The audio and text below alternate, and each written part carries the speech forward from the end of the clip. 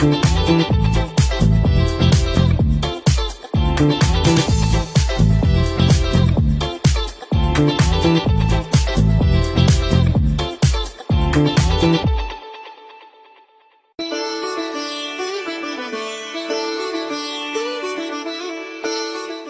খেলার খবর থেকে বিদেশের খেলার খবর নিয়ে এই মুহূর্তে আমি মৌসুমী রয়েছি আপনাদের সঙ্গে। শুরু করছি আপনাদের প্রিয় অনুষ্ঠান খেলা আর খেলা।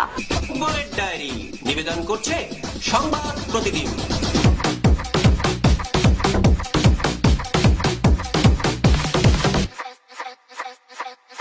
মাঝে কিছুটা ব্যাকফুটে থাকলেও এই মুহূর্তে আবার সমন্বয় ইস্ট বেঙ্গল। শেষ ম্যাচে চেন্নাইকে হারিয়ে এখন ফুটফুটে অবস্থায় রয়েছে গোটা দল। 7 ম্যাচে 14 পয়েন্ট ঘরে তুলে তারা রয়েছে 4 নম্বরে। আগামীকাল আবার ঘরের মাঠে নামছে তারা। কাল তাদের প্রতিপক্ষ বেঙ্গালুরু। 8 ম্যাচে 14 পয়েন্ট ঘরে তুললেও গোল পার্থক্য পিছিয়ে থাকার দরুন তারা এই মুহূর্তে রয়েছে 5 নম্বরে। নিজেদের আরো এগিয়ে নিয়ে যাওয়ার জন্য তারাও যে ছেড়ে কথা বলবে না তা সহজেই অনুমেয়।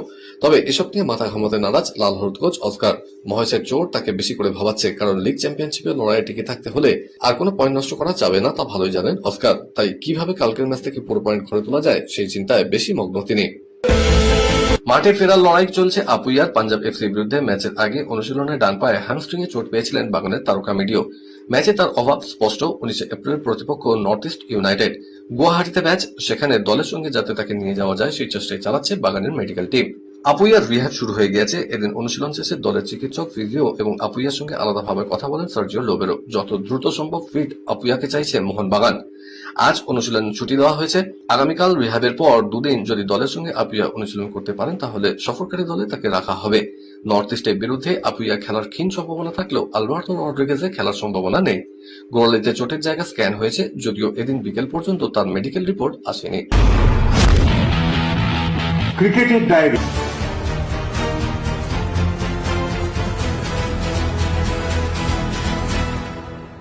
চিপকে ব্যাটিং বিপর্যয়ে 5 ম্যাচে 4টেই হার। চেন্নাই কিংসের সামনে মুখ পুরল কলকাতা নাইট রাইডার্সের। আইপিএলে এখনো জয়ের খাতা খুলতেই ব্যর্থ নাইটরা। পাঞ্জাব কিংস ম্যাচ বৃষ্টির জন্য ভেস্তে যাওয়ায় 1 পয়েন্ট পেয়েছে।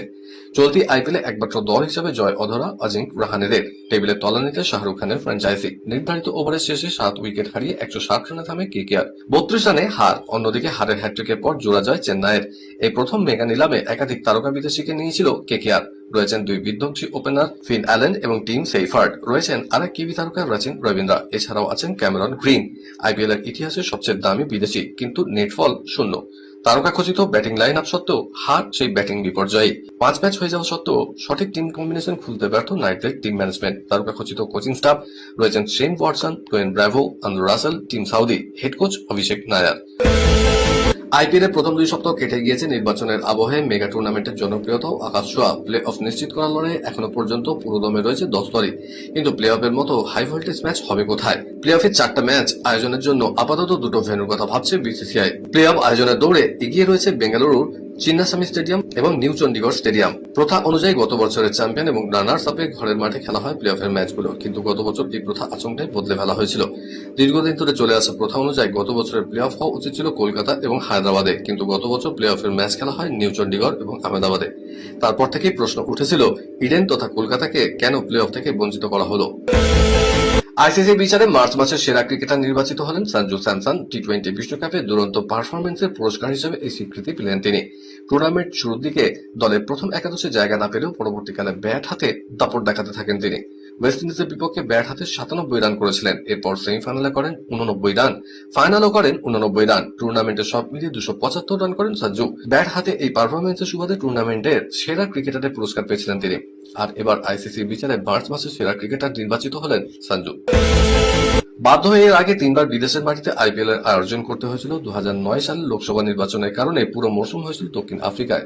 কোভিডের সময় 1 বছর পুরো মৌসুম হয়েছিল সংযুক্ত আরব আমিরাতে, আর একবার অর্ধেক প্রতিযোগিতা হয়েছিল সেখানে। তৃতীয় দেশ হিসাবে বিদেশের মাটিতে আইপিএল আয়োজনের চেষ্টা করছে অস্ট্রেলিয়া। তবে পুরো আইপিএল নয়, প্রতিযোগিতার একটি ম্যাচ আয়োজনের চেষ্টা করছে অ্যাডলেড ওভাল।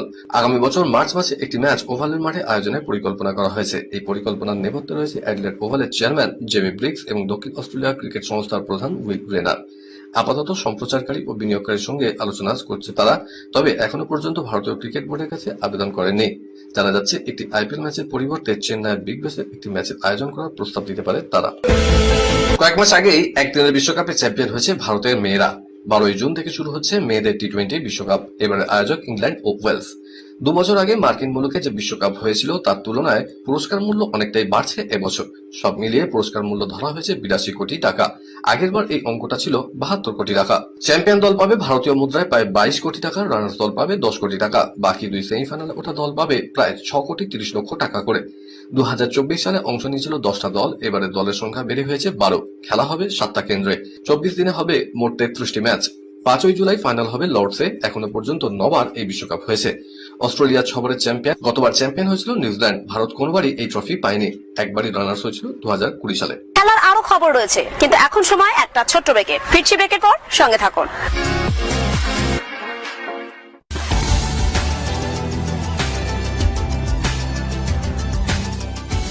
কেআরকে নিউজ মিডিয়া প্রযোজিত সাপ্তাহিক বিনোদন অনুষ্ঠান বিনোদন.com দেখুন প্রতি শনিবার ঠিক রাত 10:25 আপনাদের প্রিয় চ্যানেল মিশনে।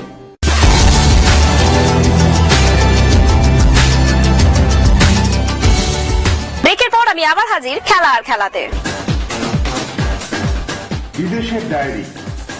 চ্যাম্পিয়ন্স লিগে কোয়ার্টার ফাইনালের প্রথম লেগে বাজিমাত করেছিল বায়ার্ন মিউনিখ। সান্টিয়াগো বার্নাবিউতে 1-2 গোলে হেরে ইউরোপ সেরা হওয়ার স্বপ্নে জোর ধাক্কা খেয়েছে রিয়াল মাদ্রিদ। যেহেতু মাত্র 1 গোলের ব্যবধানে হার, তাই আশার আলো দেখেছিল রিয়াল শিবির। চ্যাম্পিয়ন্স লিগে ফিরতি লেগে 2টি ম্যাচ আজ রাতে, যা এখনো পর্যন্ত কোনো দল পারেনি। সেটা করে দেখাতে হবে কিলিয়ান এমবাপেদের। অর্থাৎ প্রতিযোগিতার ঘরের মাঠে অপরাজিত থাকা বায়ার্নকে হারাতে হবে। ইংলিশ প্রিমিয়ার লিগে ম্যানচেস্টার ইউনাইটেড হেরে গেল। তাদের 2-1 গোলে হারল লিডস ইউনাইটেড। জয়ী দলের জোড়া গোল নোয়া ওয়াকফোরের। ম্যানিউয়ের গোল ক্যাশমিরো। তাদের লিসান্ড্রো মার্টিনেজ লাল কার্ড দেখেছেন। ডেনমার্কে 24 এপ্রিল থেকে শুরু হবে টমাস ও উবের কাপ। চলবে 3রা মে পর্যন্ত। ঐতিহ্যশালী এই টুর্নামেন্টের জন্য অভিজ্ঞতা এবং তারুণ্যের মিশালে পুরুষ এবং মহিলাদের দল নির্বাচন করছে ভারতের ব্যাডমিন্টন সংস্থা। 2022 সালে ঐতিহাসিক টমাস কাপ জিতেছিল ভারতীয় পুরুষ দল। সেই দলের অনেকেই আছেন এবারের দলে। সিঙ্গলসে ভারতীয় দলের 3 মূল আকর্ষণ সদ্য অল ইংল্যান্ড ব্যাডমিন্টনের রানার আপ লক্ষ্য সেন, এইচ.এস. প্রণয় এবং কিদাম্বি শ্রীকান্ত। ডাবলসে ভারতের মূল ভরসা নামি জুটি সাত্বিক সাইরাজ, চিরাগ শেঠি। এবারই প্রথম টমাস কাপের দলে সুযোগ পেয়েছেন তরুণ প্রতিভা আয়ুষ শেট্টি। উবের কাপের দলের মূল আকর্ষণ পি.ভি. সিন্ধু। এছাড়াও রয়েছেন উন্নতি হুডা, তানভীর শর্মা, দেবিক সিহাগ, ইশারানী বড়ুয়া, তৃষা জলি, গায়ত্রী, গোপীচাঁদ, কবিপ্রিয়া সেলভাম, সিমরান সিংহি এবং তানিশা ক্রাস্ত। শেন ওয়ার্ন মারা গিয়েছেন কোভিড কালে 2022 সালের মার্চে।